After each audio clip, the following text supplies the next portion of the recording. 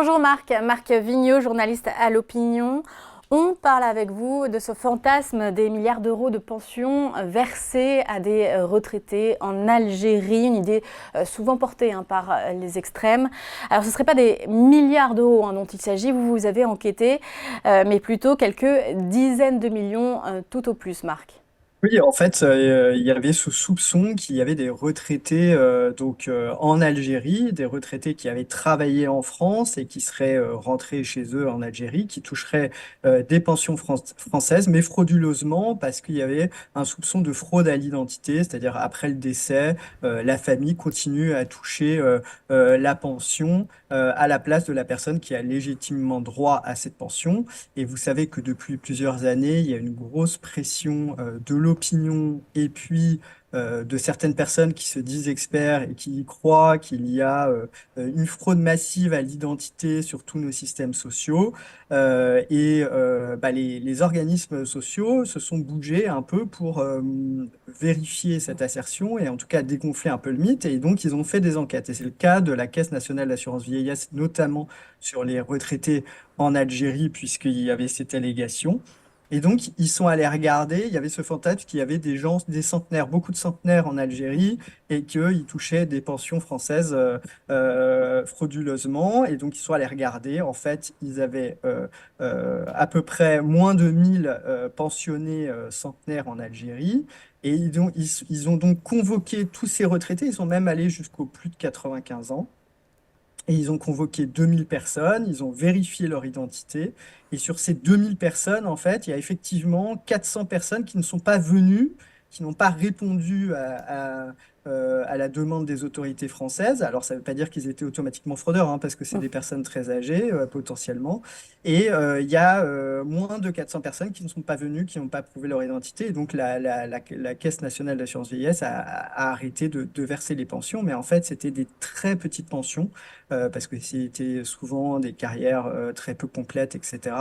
Et c'était des sommes qui sont dérisoires par rapport aux allégations qu'il y avait. Et donc, en fait, cette fraude massive aux identités, bah, elle n'est pas du tout avérée. Alors quels sont les outils dont dispose l'administration pour vérifier l'identité? Là, ils ont fait vraiment des contrôles très spéciaux, mais pour les généraliser. Mhm. Alors déjà en Algérie, ils vont faire des contrôles un peu plus poussés. Ils vont descendre jusqu'au plus de 90 ans, donc pour vérifier tous les 4 ans que la personne est toujours bien en vie et que c'est pas sa famille qui profite de la pension après un décès non déclaré. Parce qu'il faut savoir que la CNAV en Algérie, elle n'a pas accès au registre d'état civil avec tous les décès, contrairement à ce qui se fait avec de plus en plus de pays européens où il y a beaucoup de pensionnés français ou beaucoup de pensionnés qui étaient en France à un moment. Et donc, dans ces pays européens, il y aura un échange automatique avec l'état civil. C'est déjà le cas avec beaucoup de pays. Donc ça, c'est un premier outil, avoir accès à l'état civil et savoir en direct qui est décédé et qui ne l'est pas. Donc là, on parle bien pour les pensions de retraite, on parle bien de la Caisse nationale d'assurance vieillesse. Euh, Cette caisse nationale d'assurance vieillesse a aussi, sous la pression de l'État, de la Cour des comptes, de Gabriel Attal, qu'on a fait un sujet politiquement fort pour essayer de montrer à cet électorat, à un électorat qui est très sensible à la fraude sociale, qu'il faisait ce qu'il y avait à faire. La CNAV a embauché des personnes juste pour évaluer le chiffre de fraude sociale dans sa branche. Donc, vous savez que pour faire une évaluation, il ne faut pas viser les dossiers qui sont le plus à risque de fraude, parce que sinon, on surévalue la fraude.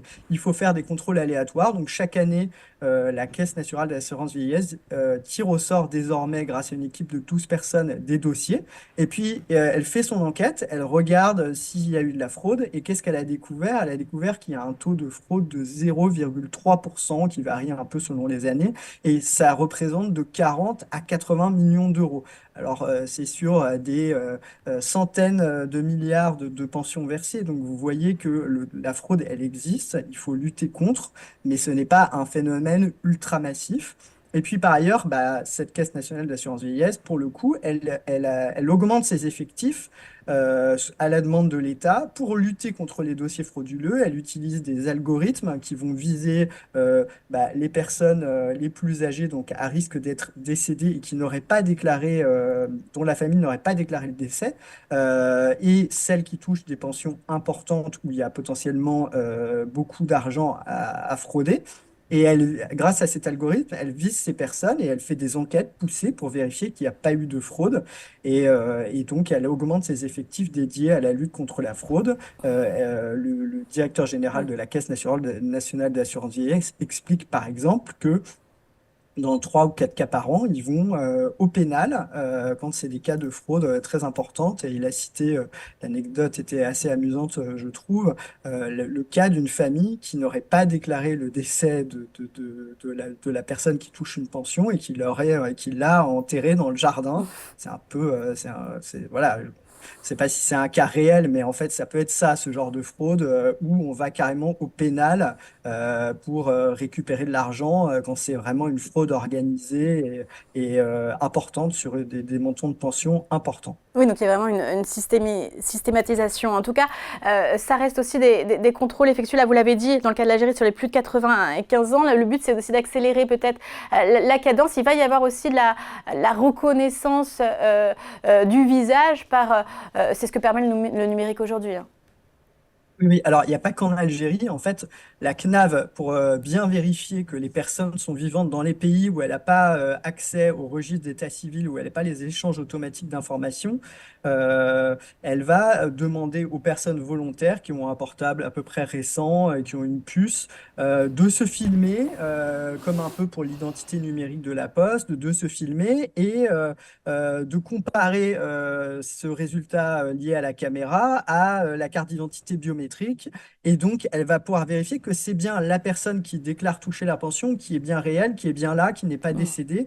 Et donc, ça permettra, pour tous ceux qui acceptent de le faire, parce qu'elle ne pourra pas forcer les gens à le faire, bah, d'éliminer un soupçon de fraude et donc de ne se concentrer que sur les cas où il y a effectivement, où cette identité ne peut pas être confirmée. Donc là, on peut cibler davantage les contrôles. Donc vous voyez que les moyens de lutte contre la fraude se déploient et donc la CNAV espère que 80% de ces pensionnés, elle aura soit par les registres d'état civil, soit par ce contrôle via des smartphones. Comme je vous dis, 80% des personnes pensionnées qui seront bien vérifiées, dont on sera sûr qu'elles sont vivantes, et puis pour le reste, bah, ça sera des contrôles. Et si ce n'est là que se trouve la fraude, alors où est-ce que on peut aller à trouver de l'argent, donc de la fraude sociale, Marc? C'est une vaste question, évidemment. Alors, la fraude sociale, déjà, il faut arrêter les fantasmes. C'est pas du tout 50 milliards. C'est pas ça qui permettra de réduire de manière très importante le déficit public, qui, je rappelle, est aux alentours de 173 milliards d'euros, en tout cas le déficit de l'État. Donc, 50 milliards d'euros, faut oublier. Les meilleures estimations de la Cour qui a donné pour la Mm. première fois, de la Cour des comptes, pardon, qui a donné pour la première fois un chiffre officiel, c'est entre 6 et 8 milliards d'euros par an. Et si on rajoute, non pas de la fraude, mais des erreurs fautives des contribuables, parce que vous savez que la frontière entre la fraude et l'intention de frauder et les erreurs au détriment de l'administration, eh ben, c'est une frontière un tout petit peu floue. Donc il faut prouver qu'il y a une intention de fraude. Bref, si on rajoute ces erreurs fautives, ça va jusqu'à 15 milliards. Mais évidemment, on ne récupérera jamais l'intégralité de ces 15 milliards. Et donc, en plus, quand vous mettez des moyens de lutte contre la fraude, hein, ça coûte de l'argent. Ouais. Par exemple, Mm. la Caisse nationale d'assurance vieillesse chiffre à 1 million d'euros, excusez-moi, 1 million d'euros par an, l'équipe de 12 personnes qui est chargée rien que d'établir le chiffre en sélectionnant des dossiers au hasard. Donc, vous voyez, ça coûte un peu Ouais. d'argent. Il faut le faire, c'est très important pour montrer que le système n'est pas fraudé massivement. Il faut sanctionner la fraude.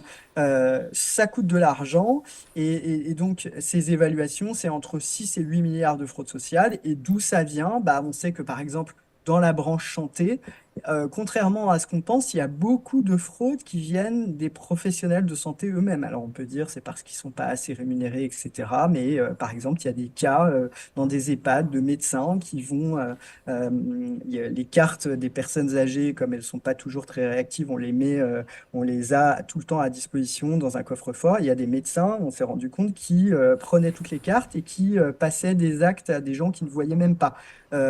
Et la personne se retrouvait avec des décomptes de remboursement, se disait, mais je n'ai pas vu de médecin. Et donc, bon, voilà, il y a des infirmiers libéraux qui surfacturent, il y a des centres ophtalmologiques qui se sont organisés pour frauder et qui ont été fermés. Voilà, donc, mais en revanche, pendant des années, il y a des gens qui vous expliquaient qu'il y avait des cartes vitales en circulation, en excédent. Et c'est vrai que pendant des années, la Caisse nationale d'assurance maladie, oui, n'avait pas trop d'explications pour expliquer pour dire pourquoi il y avait autant de cartes vitales en plus par rapport au nombre d'assurés sociaux qui est bien réel. Et donc, il y avait un soupçon de fraude massive. Eh bien, la Caisse nationale d'assurance maladie a été obligée de passer en revue toutes ces cartes vitales et ils se sont rendus compte qu'il y avait un tout petit peu de fraude. Il y avait des gens qui n'avaient plus le droit à l'assurance maladie qui revenaient se faire soigner en France. D'ailleurs, pas toujours l'image qu'on a du Maghrébin qui viendrait se faire soigner en France, mais parfois du cadre qui vit aux États-Unis, qui n'a plus le droit à l'assurance maladie, qui a gardé ses cartes vitales, qui revient se faire soigner en France parce que la santé est très chère aux États-Unis. Et en fait, il y avait plein de cartes vitales en excès dans les tiroirs, etc., qu'une famille gardait, qu'elle n'utilisait plus parce qu'elle avait des droits ouverts à l'assurance maladie de toute façon pour chaque personne, puisque c'est un droit, c'est même plus attaché à des cotisations et au travail. Donc voilà, tout le monde a des droits ouverts à l'assurance maladie, donc ces cartes vitales ne servaient à rien. Et en fait, toutes ces cartes vitales en excès, en surnombre, n'ont servi strictement pas du tout à faire de la fraude massive. Il y a eu quelques cas, évidemment. Il fallait faire ces vérifications, mais maintenant le sujet est totalement dégonflé et l'administration va faire ses contrôles régulièrement. Voilà. Et on retiendra d'ailleurs cette idée du Premier ministre de fusionner carte vitale et carte d'identité. Merci beaucoup. Oui, alors ça, c'est une idée que le Premier ministre a mis sur la table parce que c'est très demandé, mais on n'est pas sûr que ça a un intérêt et que ça va pas coûter plus cher que ce que ça va rapporter. Oui, toujours évaluer le rapport coût-bénéfice, bien sûr. Merci beaucoup, Marc Vigneault, journaliste à Merci. l'opinion.